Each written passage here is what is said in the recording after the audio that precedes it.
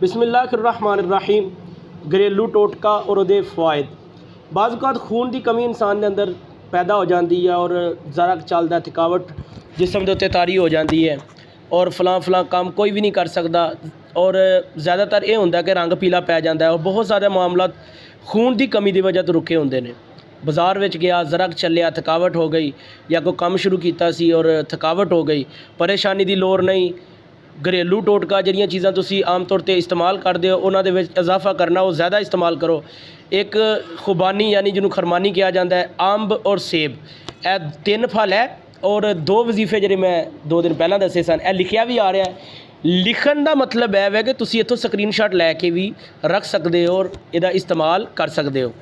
जनाबे वाला पालक और नींबू का इस्तेमाल भी ज़्यादा करना है। इंशाअल्लाह जनाब खून भी पूरा होएगा और घोड़े वांगू काम करोगे, और घोड़े वांगू चलोगे, पंजाबी का लफज है।